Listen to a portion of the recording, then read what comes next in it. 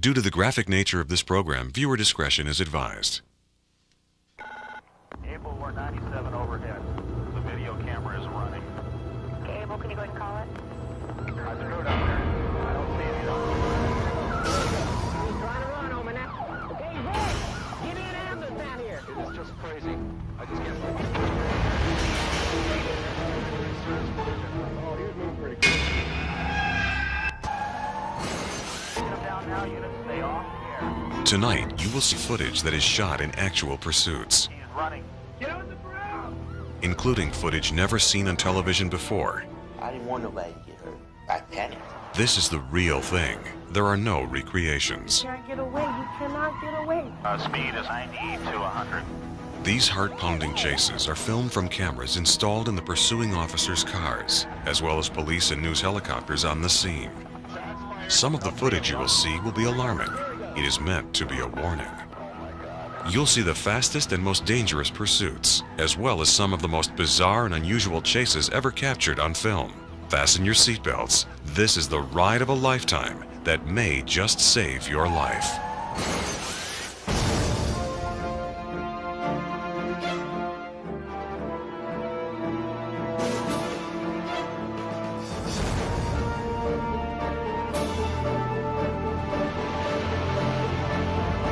I'm Captain C.W. Jensen. I've been a cop for 19 years. I hope this program is going to be an eye-opener for you. I hope that you get to see what I've seen, the tragedy, the hurt that comes when people run from the police. Every pursuit starts out with an unknown ending. You're going to start to sweat, you're going to breathe hard, your heart's going to be pounding, your ears are going to be ringing. All those things happen. You can't help it. Garland, Texas. Pursuit of a robbery suspect armed with a shotgun. Dallas police began the pursuit. Texas DPS has now taken the lead. This is exactly the type of heart-pounding chase that cops hate. Heavy traffic and a desperate suspect. I have seen him at times up to 90 miles an hour. He's on the inside lane, which is fortunate for the rest of the driving traffic. This man is willing to take any risk, suddenly pulling off the road, then pulling back into oncoming traffic. As he was passing, he had a lot of stuff in the back of his truck, and stuff was flying out, and I can see that the troopers were very cautious how they approached the truck. The police are trying to get the entrances to the freeway closed. So they are getting ahead of at some of the on-ramps here and stopping the flow of traffic. But obviously, you can't stop every car at this time of the afternoon, 2:30 in the afternoon. Watch what happens as he tries to weave through the heavy traffic to get ahead of the police. Yeah, Sean, we're hearing now that the Garland Police Department is involved in the chase also. And it looks like they've taken up positions behind the Texas DPS. Oh, there he goes. There he goes. Oh, it's turned over. The truck just crashed. He misjudged by inches, clipped the left bumper on the truck, and never regained control. The police aren't taking any chances. That's the vehicle. Texas DPS coming out with guns drawn. They've surrounded the vehicle, and they're waiting to see if there's any movement from inside the vehicle. But the driver was unconscious, and everyone involved was still in shock. He was in the lane, passed me in the lane right next to me, and cut across over in the fast lane. He was moving pretty good. Oh yeah. I mean, he was blowing traffic away. It took 45 minutes to get the man out of the truck and get traffic moving again. And he was on his way to the hospital. As Captain Jensen said, nobody knows for sure how our pursuit will end, but there are 3 strong possibilities. You may, like this man, go to the hospital, or you may go to jail, or you may not be so lucky.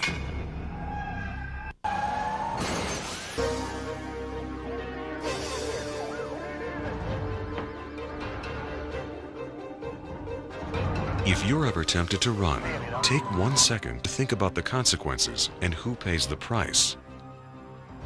Because if you run fast enough, and if it all goes right, you just might get away. But who picks up the pieces when it all goes wrong?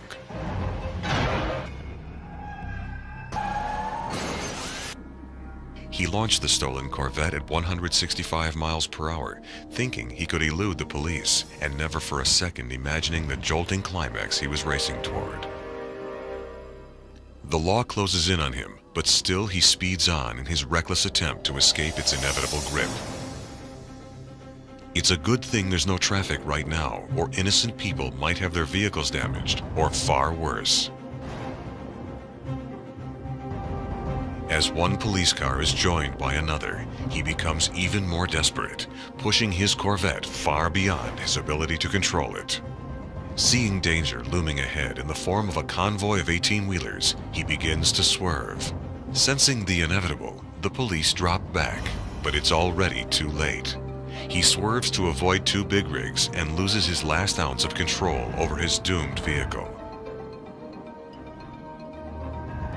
Thrown free from what little is left of his car, he rolls to a stop on the desert floor. Traffic grinds to a halt, drivers preparing for the worst. An eerie silence descends on the scene as everyone stares in disbelief at the twisted metal. Not knowing if he's alive or dead, the police approach him carefully with guns drawn. The driver lies motionless on the scorched sand. Carefully inspecting him, they see that he is indeed alive despite his reckless disregard of the law.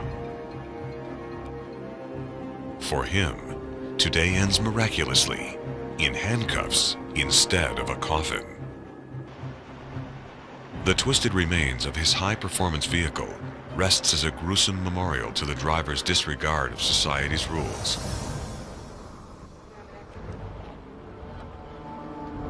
Surveying the terrible results of this crash, the lawmen wonder how anyone survived it. Handcuffed and hurting, the once confident driver begins to realize the awful results of his recklessness.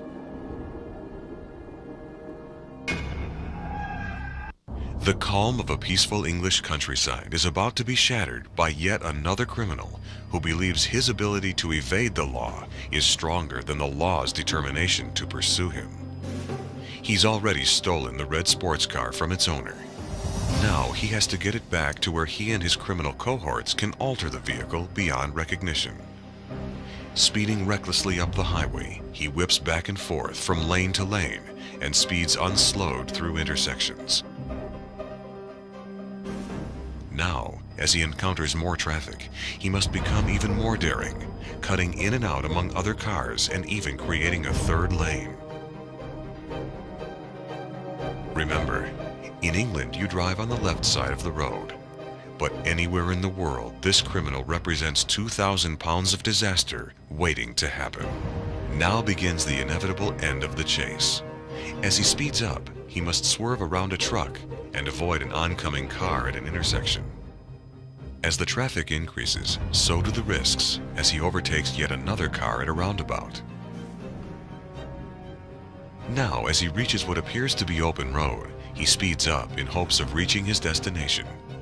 Ever more confident, he races ahead, oblivious to the danger that awaits him in just a few short seconds. The seemingly open road is a siren's call to this man, luring him to ever greater speeds. As he tries to pass, he misjudges speed and distance, demolishing his stolen car on the rear end of this slow-moving truck. Notice that the impact is so severe that it whips the front of his car around so that he hits the truck a second time. Stunned, both he and the driver of the truck remain in their damaged vehicles. When he stole this car and careened down the motorway, did he have any idea of the violence with which his misadventures would end? Now the driver gets out and comes around to find out exactly what happened. Peering into the car, he checks the condition of the thief who so casually risked the lives of others. Other cars squeeze by, seemingly oblivious to the drama that surrounds them, as the truck driver continues to offer help. At last, police arrive to take charge of this senseless scene. What you are about to see is something that only a few people ever witness, and they're almost always dressed in blue.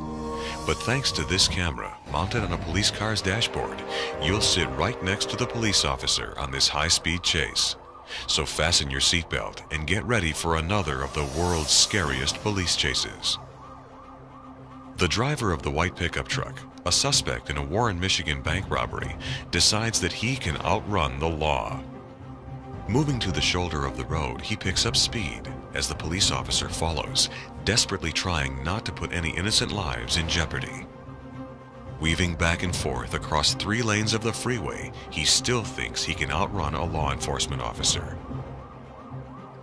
Now he exits the freeway, gunning his way up an off-ramp, oblivious to what might be at the top.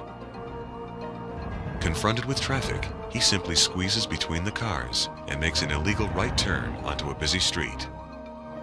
A few hundred yards, and it's right again, this time into an alley. He briefly loses control as he runs over a curb.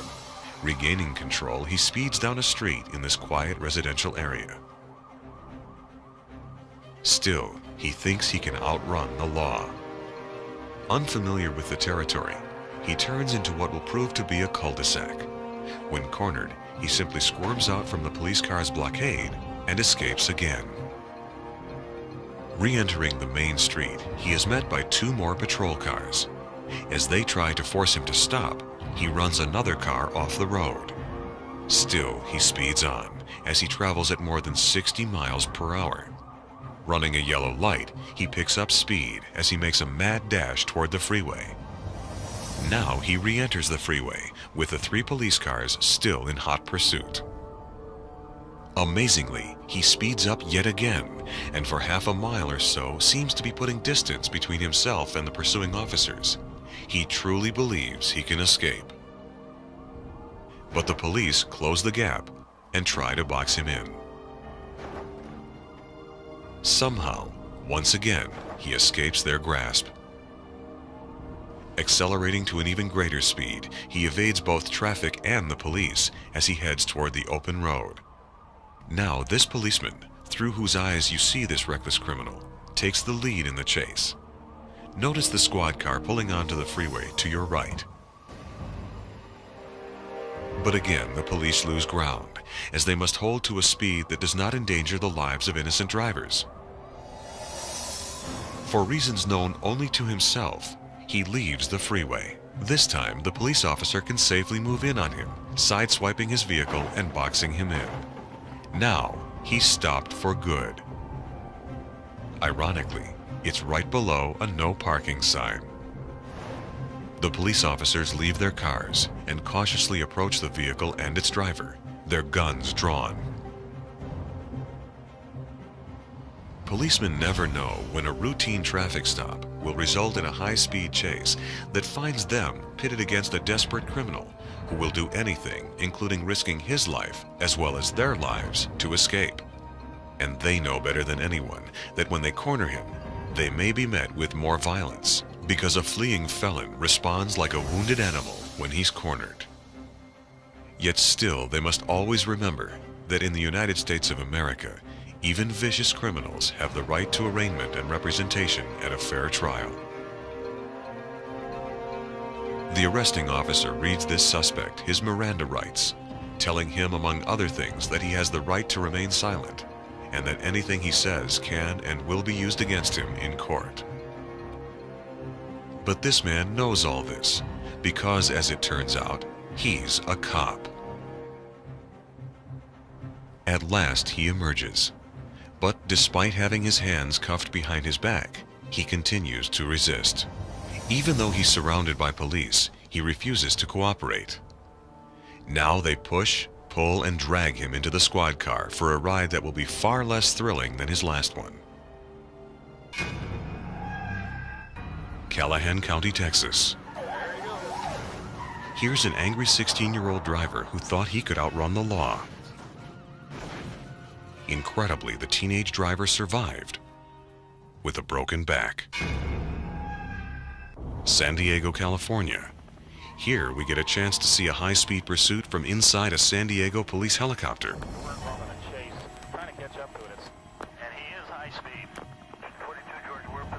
This chase began when the police spotted a suspicious car near a local high school. And this guy's very 505, passing all kinds of people on the wrong side of the road. This is the actual police radio transmission. Notice the helicopter pilot's reaction as the suspect hits a van on this narrow road. Holy smokes! Man, this guy is driving like a total idiot. In San Diego, they have a problem most cities don't. A suspect knows that if he can get across the border into Mexico, police can't follow him. He's going towards the border, and he's outrunning me. Speed is about 90 to 100. He's taking the last U.S. exit. He's going to run. If he runs, Kevin, I'm going to put this thing down. He's going over I-5 westbound on Dairy Mart. Holy, he almost hit that construction guy. He's going to bail and go over the fence. I know. He's going to run across the fence here. Yeah, he's going to Mexico. Hang on, watch the cranes. I got the cranes. But the cranes are going to get me in the way here. I'm climbing. Before they could land, the suspect got over the fence and across the border. Okay, Abel, he is in Mexico. Hispanic male, white t-shirt, black pants, white tennis shoes. This is one of those times the bad guy got away, but he left something behind. Across the border going into Mexico. Hidden in the undercarriage of the car, they found 3 pounds of cocaine with a street value of $150,000. His drug-dealing friends in Mexico may make him wish he'd been caught in the USA.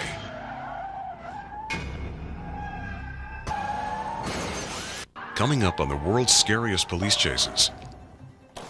Top speed, red line, pedal to the metal. World's fastest pursuits. And the most unusual chases ever caught on tape. A runaway tank terrorizes a town. This guy is crazy.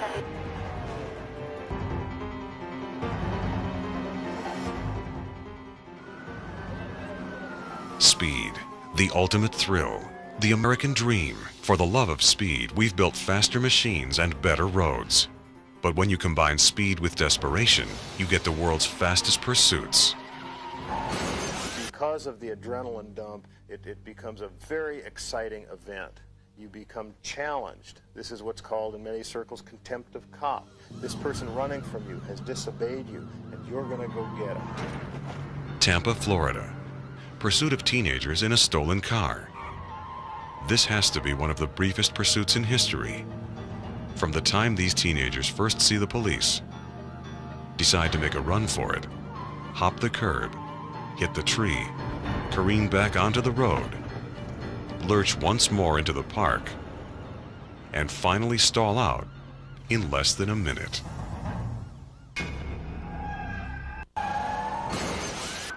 It's every driver's nightmare. A runaway truck, 13 tons of steel moving at untold speeds that can crush anything that dares stand in its way. Weaving from lane to lane, the fugitive begins his inescapable journey toward complete loss of control. Fortunately, a police car in front of him warns other drivers of the danger that follows. Shots are fired in an attempt to puncture the tires of this juggernaut from hell, but they have no immediate effect.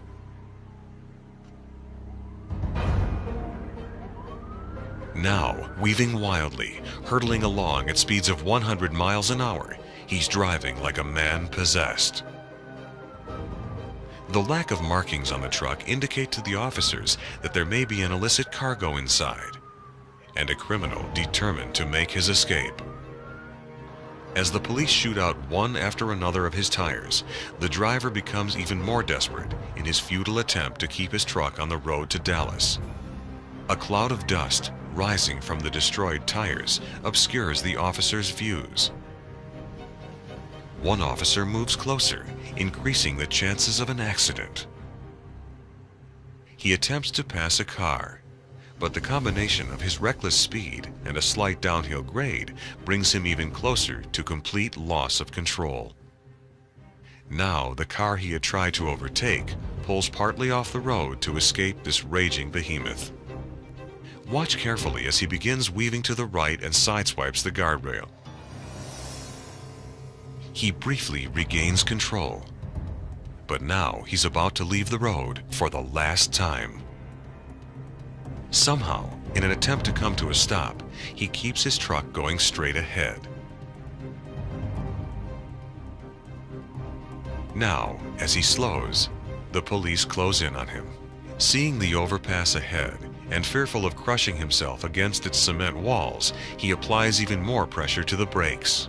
Miraculously, he stops upright in the ditch, and this pursuit ends as officers close in on him.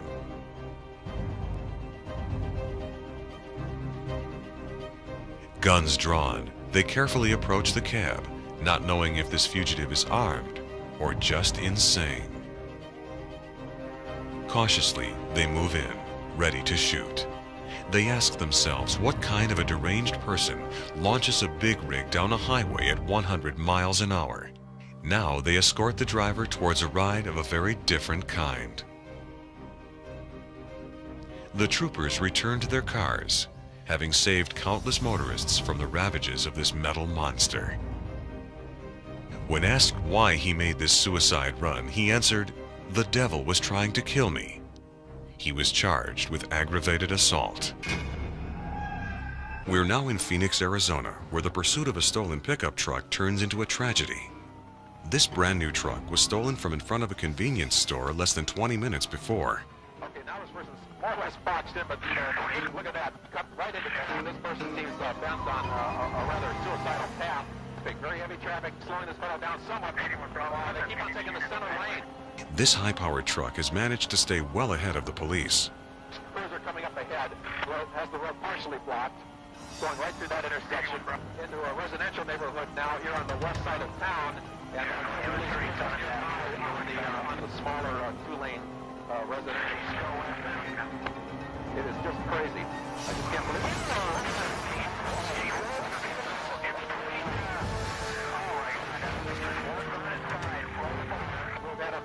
Serious collision down below us here. The worst case scenario has in fact. Incredibly, the driver of the truck is ejected from the cab and thrown clear of the wreck as it shatters around him. Amazingly, he avoids being crushed as the truck rolls over and over. Dazed from the crash, he staggers to his feet and once more tries to get away. But this time he doesn't get far.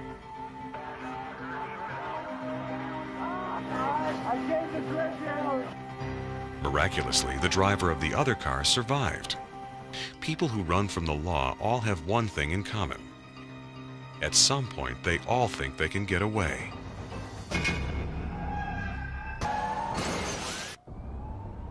Three fugitives in an old but still powerful sedan began what they think is their escape, but in reality is just a delay of their capture. Careening from lane to lane on this heavily traveled surface road, they ignore the police officer's screeching siren, endangering everyone else on this busy street. Finding themselves in a left turn only lane, they speed through a red light.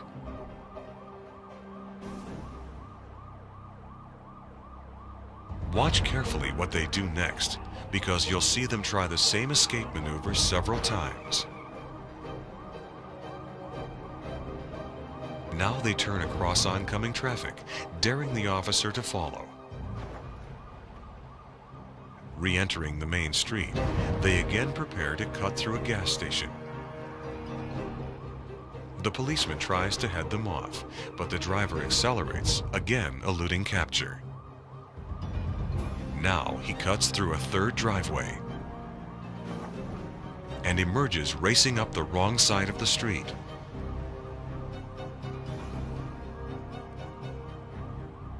Ignoring both a blind rise and a curve, he pulls out to pass slower-moving vehicles. Amazingly, he leaves the street and begins tearing through an open field.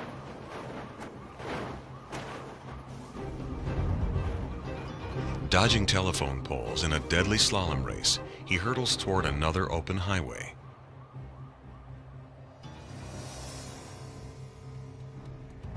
In what happens next, you'll see that the strain of eluding the law is beginning to levy its toll on his driving skills. Now he pays even less concern to safety. He snaps a stop sign in half.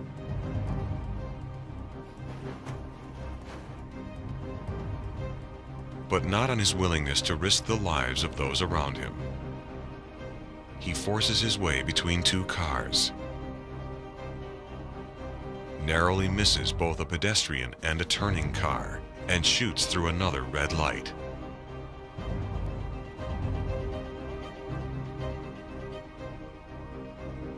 Again, he cuts through a parking lot, and again the officer tries to enter the street ahead of him and cut him off.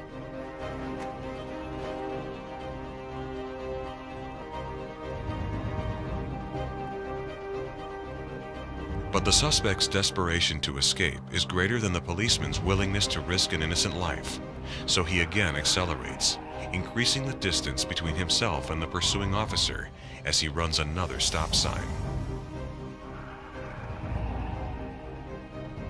A cloud of dust temporarily blocks the officer's view. The fugitive loses control for a moment, but he quickly regains it, hurtling toward another busy intersection. Cutting another corner, he re-enters the street. The officer, unwilling to risk an accident, now begins to fall behind. Increasing his risk-taking, he enters a busy intersection. Miraculously, an accident is avoided as alert drivers slow down and let him pass. Now the policeman closes in as the driver of the fleeing vehicle encounters impenetrable traffic. The left rear door opens.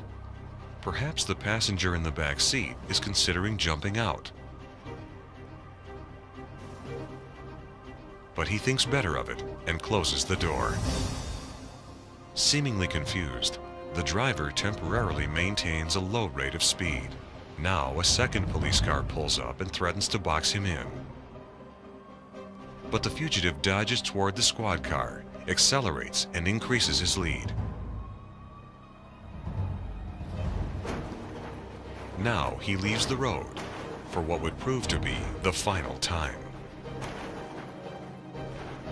Bringing his disabled car to a near stop, he allows the passenger in the back seat to attempt a getaway on foot.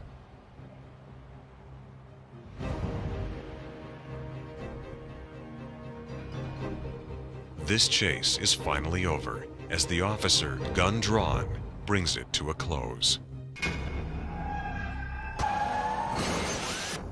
Minneapolis, Minnesota. A dangerous high-speed pursuit of a fleeing bank robber. The bank robbery party is armed southbound from Highway 5 now. As smart as we try to be, as innovative as we try to be, there are some times when these situations will conclude with deadly force. This is a case where the bank robber is believed to be firing at the police. The police decide to shoot out his tires. We want to pull up behind him in a clear spot where he can take his tires out with a shotgun. An officer with a shotgun takes aim behind the fleeing car. Shots fired. Shots fired. Valley Creek Road. Shots fired. I believe the suspect vehicle is smoking. 61. His tire is out. Officers will use deadly force when that moment comes, when they realize that they must do it to protect the life of someone else. The driver still refuses to surrender. When all else fails, the officers are ordered to force the vehicle off the road. Bank robbery is a very serious crime. When officers are being shot at, it's a natural instinct to shoot back. And I don't have a problem with that if you're not putting the public at risk. Be advised, I got a signal 19. He's doing well over 90 now. He's not stopping. Albuquerque, New Mexico. Pursuit of armed suspects. Here's a situation where the bad guys have a souped-up car that was much faster than the patrol cars. Unable to stop the suspects in the stolen car, the officer asks for assistance from the truckers up ahead. Any 18-wheeler is monitoring the CB channel. There's a deputy sheriff. We're in pursuit southbound of a red vehicle. We need some assistance here. Fortunately, one of the truckers is an ex-deputy sheriff from Alabama. Officer, to your lights now.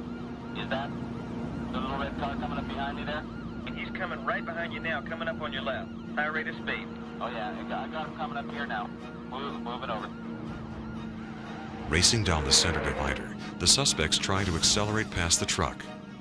Barely missing another police car, the suspects pulled back onto the road. Now it's getting deadly. What happened next surprised everyone. Realizing they would never get past the truck and might actually die trying, these two desperate suspects finally just gave up. Thanks to a helpful trucker.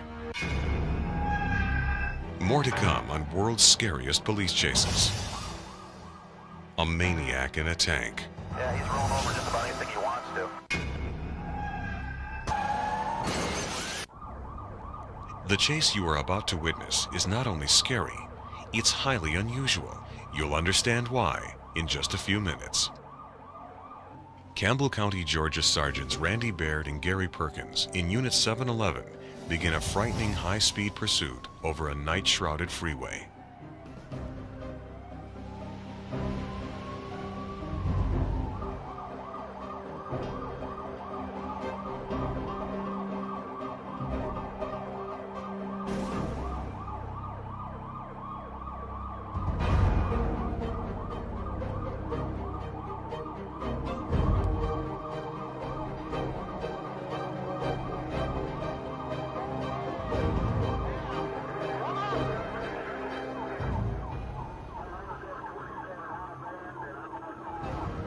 Now, as the fleeing suspect enters a tunnel, the incandescent lights for the first time give the police, and us, a good look at his car.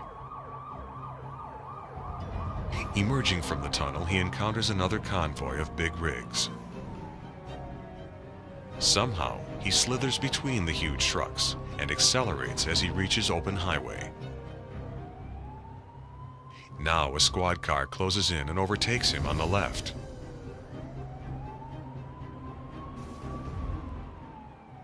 The policeman succeeds in pushing him onto the shoulder.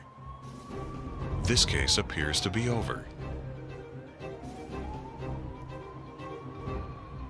But somehow, desperate to avoid capture, the suspect speeds up, outrunning even this powerful police car. Now the policeman narrows the gap.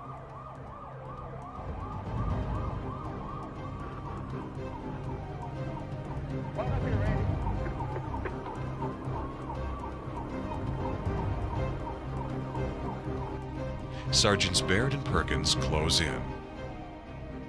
They are trying to ram the suspect. But somehow the fugitive coaxes even more horsepower out of his vehicle and pulls away. Now he swerves again, avoiding yet another truck. Unit 711 closes in again for another attempt at a ram.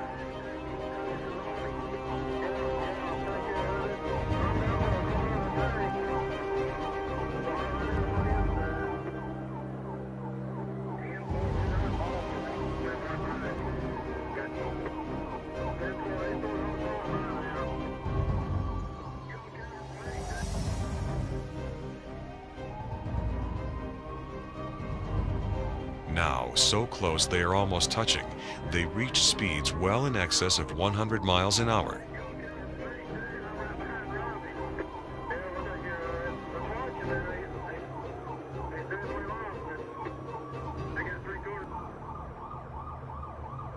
Again, he pulls away and encounters more traffic.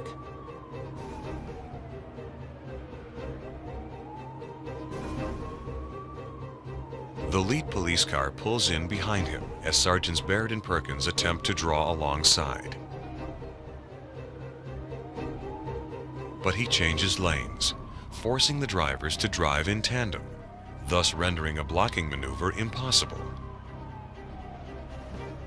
And he briefly loses control as he slips off the pavement.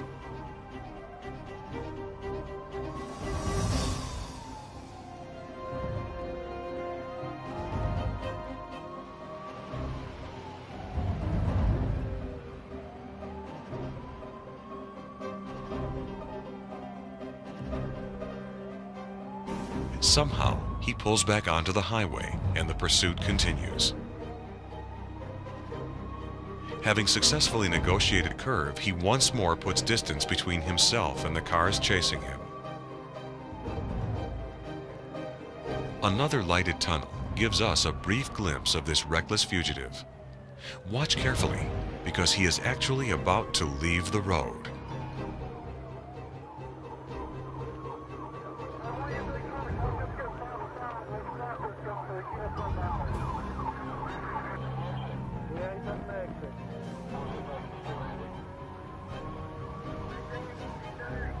I don't know where we're going to, Roger, but we're going. If I can get out of this mud. I don't know what the number is. Wait just a minute.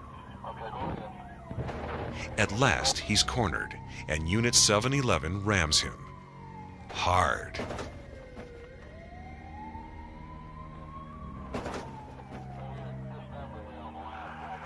He coaxes his crippled vehicle back into action, and the pursuit begins again. Well, Roger, I'm out of gas. I've rammed him hard, but I'm out of gas.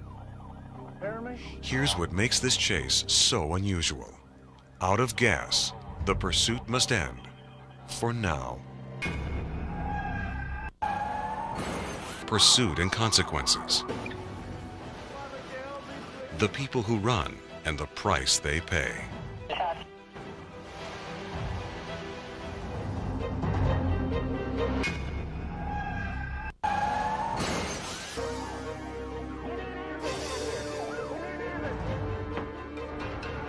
Now, units, stay off the air.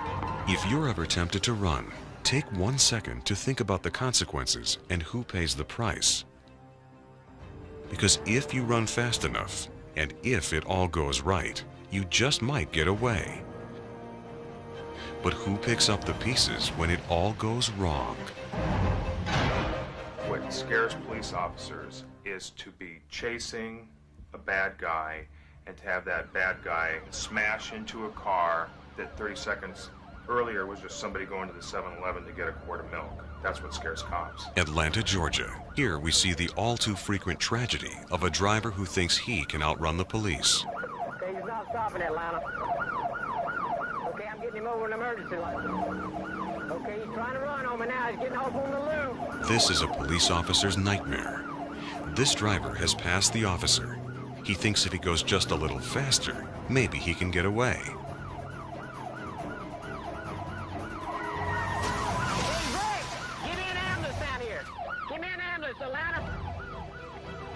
The fleeing truck is struck by one car, lifted into the air, then struck broadside by another.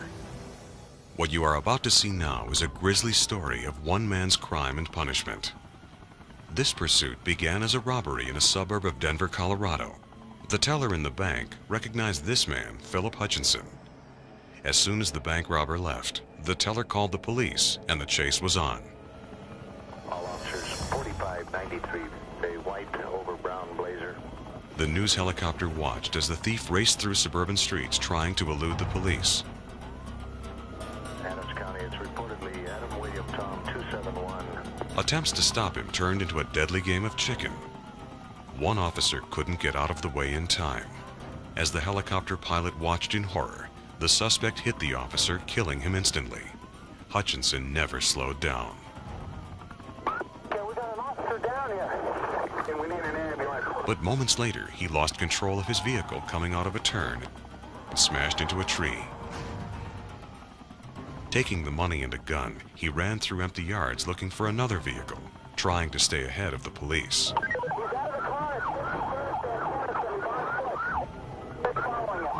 Because of radio difficulty, the helicopter pilot was unable to tell anyone exactly where the suspect was. In a nearby parking lot, the bank robber spotted a young woman in a car with her baby.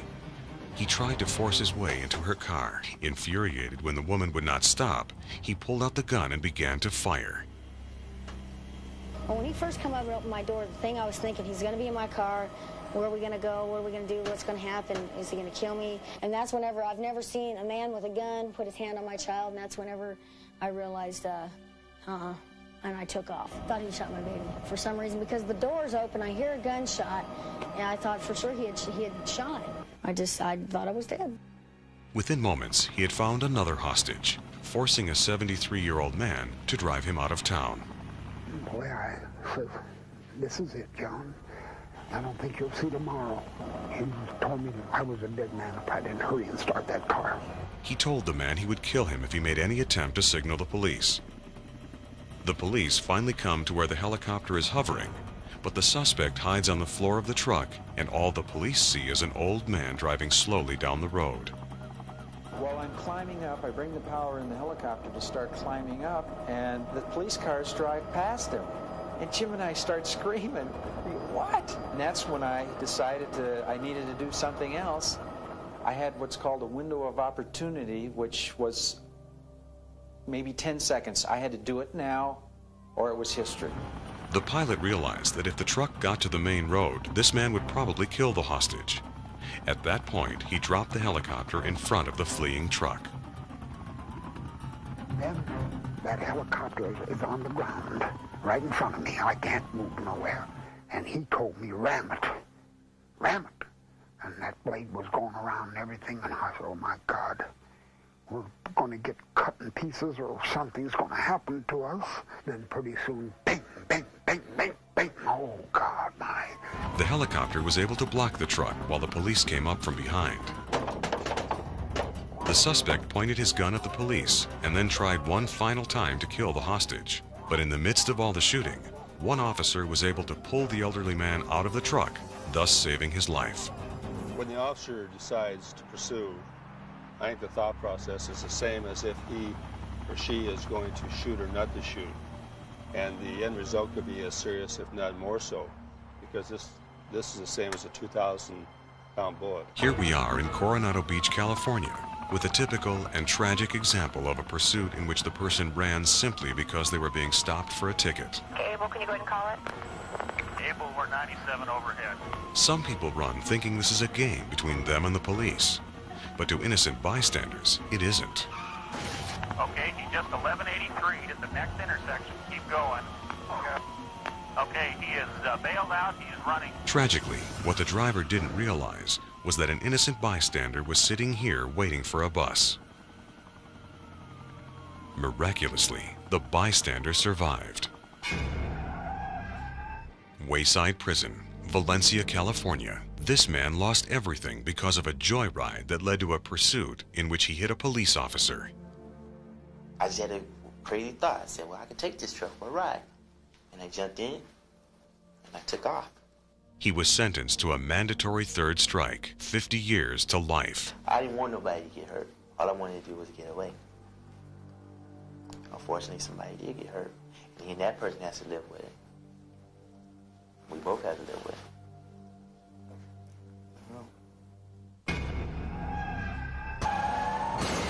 This Dallas, Texas chase, which you will witness from the bird's eye view given you by a police helicopter, will end like virtually every other one, with the fleeing criminal in handcuffs. But right now, he thinks he can get away. Call it contempt of cop. His own safety, much less that of others on the freeway, is of no concern to him whatsoever.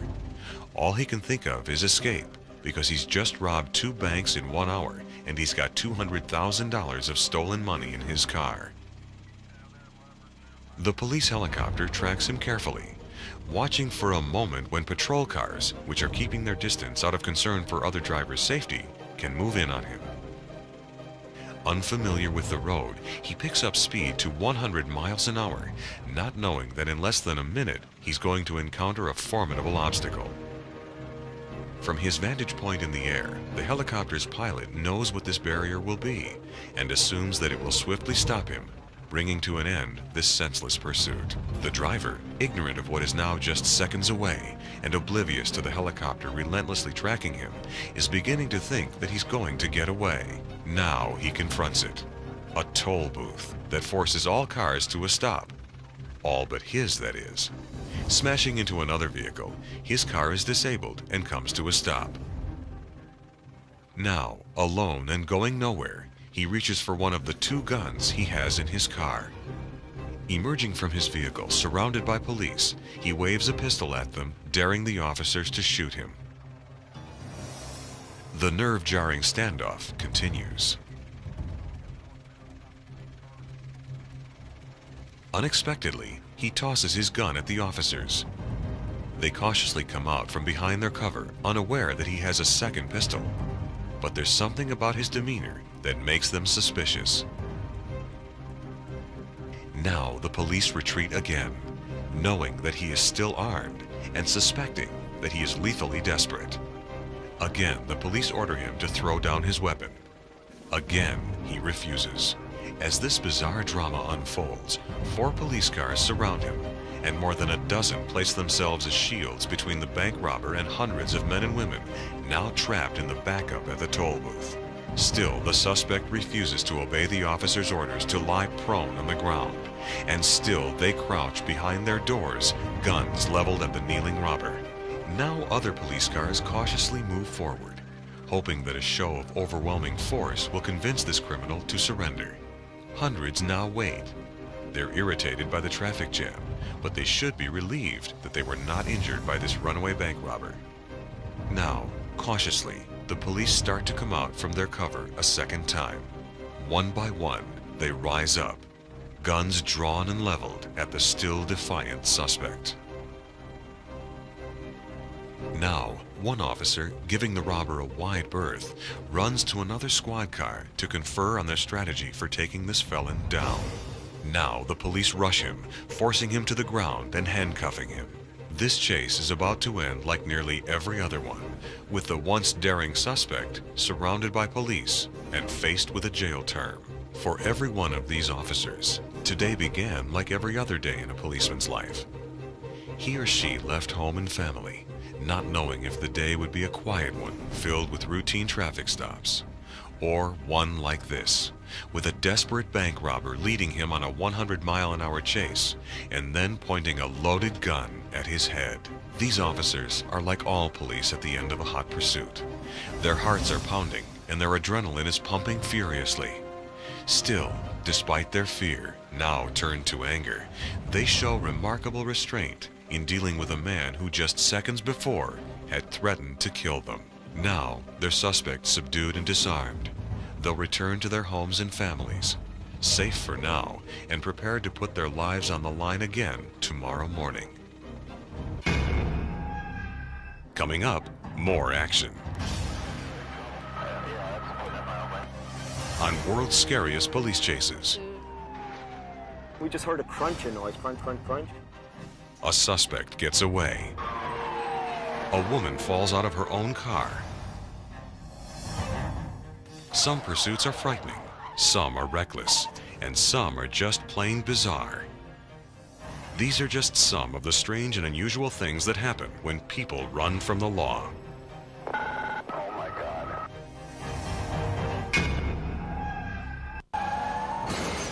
Inglewood, California. When it comes to bizarre chases, the police are still puzzled by this one. An officer saw the man and woman inside this car having an argument. But when the officer tried to stop the vehicle, the driver roared away without giving the woman a chance to close her door. Then, when the driver executed this unusual U-turn, both the passenger and the driver fell out of the car. Get on the ground!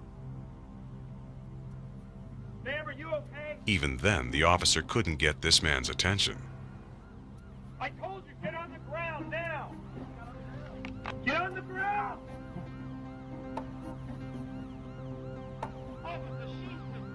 Get on the ground now! That's an example of why people will run, because they're arguing. There's no reason for them to run, but they run. They're obviously not buckled in with safety belts. The door flies open and they fall out. Fortunately, no one was hurt, and fortunately it ended up reasonably well, although I'm not sure where the car went after they fell out. Sylmar, California. This suspect was ahead of the police until he made one slight error. But when someone really wants to get away, they don't let one little mistake slow them down. Watch what happens now. Incredibly, the man survived. Stand by. He is on foot now. Foot pursuit. He is running down. The squad car's red lights flash and the siren wails. But not only does she refuse to stop, she speeds up.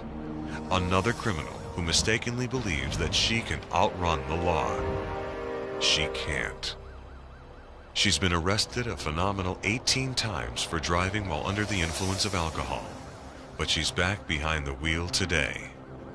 It's only the middle of the day, and she's already gin-soaked and very, very dangerous to anyone on the road with her. She is now desperate to escape. Bronson, Florida officer Mike Layton is chasing her at speeds up to 110 miles per hour. Hurtling through the backwoods of Florida, she hammers the accelerator even harder. This witch's brew of speed and alcohol is lethal. Incredibly, this woman has a .44 blood alcohol content.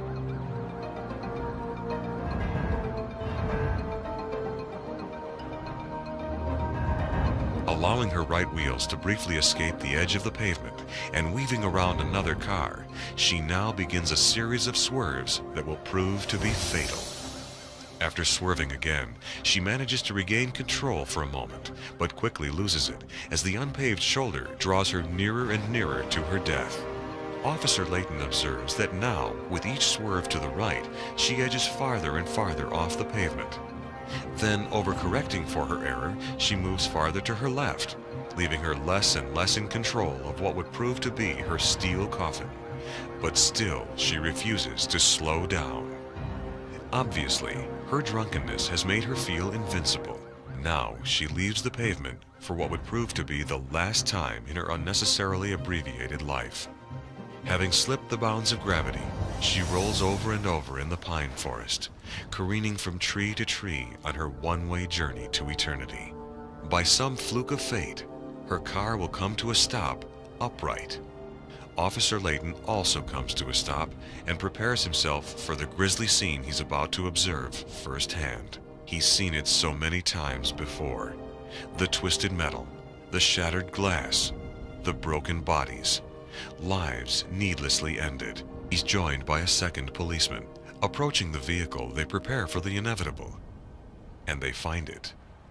Another drunk driving statistic. On the seat beside her, a half-empty bottle of gin. Clarkston, Michigan. One of our most unusual pursuits began when this officer stopped a drunk driver. The camera mounted on the dashboard of his car is running as he takes the intoxicated woman into custody. The officer handcuffs the woman with her hands behind her back and places her in the back seat of the squad car. But watch what happens when his back is turned.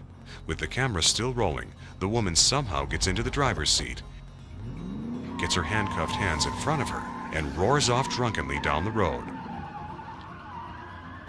Driving at speeds of over 100 miles per hour, the handcuffed woman finally loses control, goes into a spin, and stalls in the middle of the highway, where the police find her moments later. The police car was not damaged. This was fortunate because the Clarkston Police Department has only 2 cars.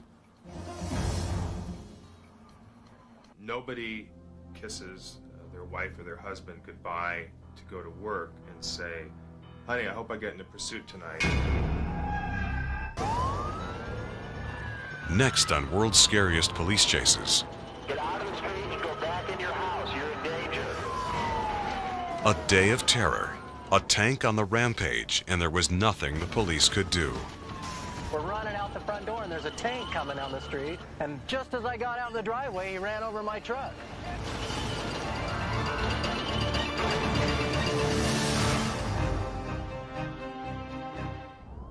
San Diego, California. Pursuit of a stolen military vehicle. For sheer terror, nothing has surpassed the day this city was held hostage by a deranged man who went on a rampage with a 100,000-pound tank. I'll call it the best I can. I'm trying to get this whole mess on videotape. Guy's in big trouble. Yeah, that's putting it mildly. The police were able to find out that this man had armor vehicle training and had stolen this tank from the local armory. He was also known to have a history of emotional problems. When I first heard it, I thought it was a joke. This is bad. He's running over fire hydrants. You got hydrants that are blowing water in the air. Get your loudspeaker on, please. This is the San Diego Police Department. Everybody go back in your house and get off the street. He's doing these cars on purpose. We heard the rumbling sound, and I saw a tank coming down the street. Thought it was a drill or something. There's cars that are following him, and I have no idea why. Oh, my God. Holy. Yeah, he's rolling over just about anything he wants to. I was in the locker room at the end of my shift, and I heard the call come out on the radio, so I went back and got my patrol car and headed to the area. This is the San Diego Police Department. Get out of the street and go back in your house. You're in danger. See if we have any SWAT equipment that can help us out with this thing. He was coming, we just heard a crunching noise, crunch, crunch, crunch. It was during that time of day where people are getting off work or out of school. He's coming up towards the school. Okay, 10-4. It was a lot of people here. A lot of them were just in shock. I didn't think they would ever going to stop him unless he ran out of gas. Somebody get a hold of the armory and find out if this thing is loaded. The gun, he was, it was circling while he was driving, so we thought maybe he was taking aim at something, to fire it.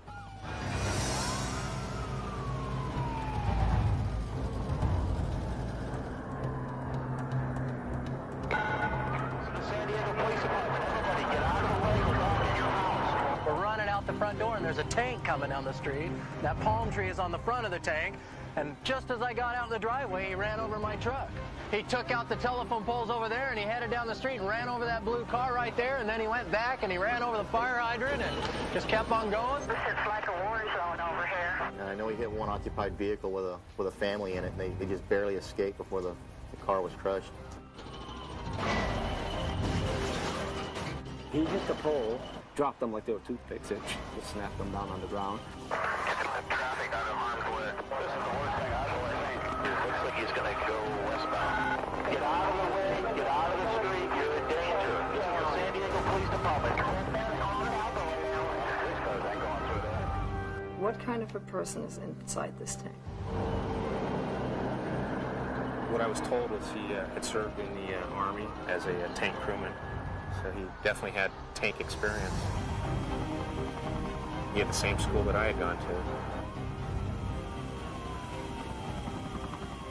When I got behind him, just before he got on the 805 southbound freeway, he had tried to run over a couple of police cars that got in his way or that he could see and maneuver to, and it was still going at a good 60-mile-an-hour clip up the freeway. They called our SWAT guys to see if they had anything in their arsenal that could stop him. They do not have the ability. They do not. That's do not. They called the National Guard Armory to see what they could do to stop it. Those weren't viable options because the Armory was miles away by that time. The tank comes equipped with a what they call a nuclear, biological, chemical warfare system in it, which means he has fresh air to breathe, so if we used any chemical agents, they'd have no effect. At this point, the man in the tank fell back on his military training. He decided to cut off his pursuers by putting a barrier between himself and the police. He tries to knock down a pedestrian bridge across the freeway.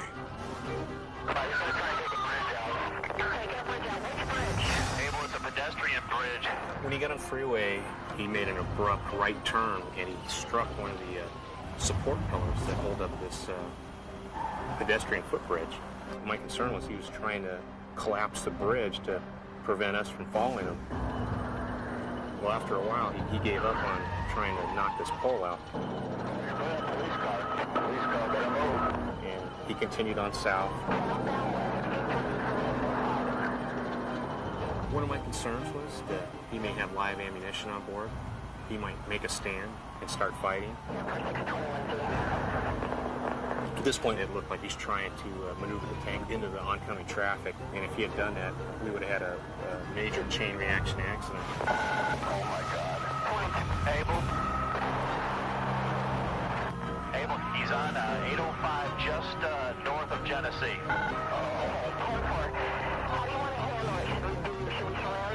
Well, we're doing that as we speak. They're trying to get the hatch open right now. The police know that the gravest danger still lay ahead. They didn't have time to stop traffic coming down the opposite lanes of the freeway. If this man had gotten the tank free and into those traffic lanes, the results would be horrible. I used the bolt cutters and cut the hasp on the bolt, twisted the lock off, and opened up the hatch. At that point, we could look down in and we could see the driver. He never answered us. He looked back and he made eye contact with Paul, so he knew we were there, and he could see both Paul and I through the hatch. Right now, he's trying to come undone, and the pavement underneath him is breaking up.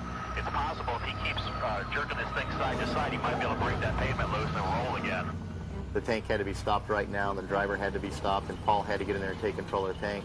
So I fired one round, struck him on the shoulder, and traveled diagonally down through his body, and it was an immediate fatal wound. Had he not become high center on the center divide, I have no idea what would have happened. I know that people on the other side of the freeway would have been hurt or killed because there wasn't room for that tank and all those cars over there. A bizarre and terrible reminder of just how powerless we are.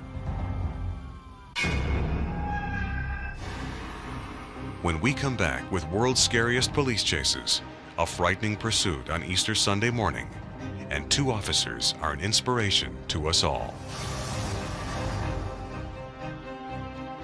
As long as they think they can get away, some will run and some will crash and burn.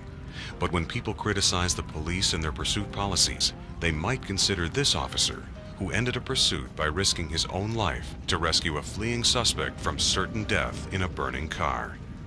Luckily, he and his partner were able to pull the driver to safety just seconds before the gas tank exploded. This man owes his life to cops who truly believe that they are there to protect and serve.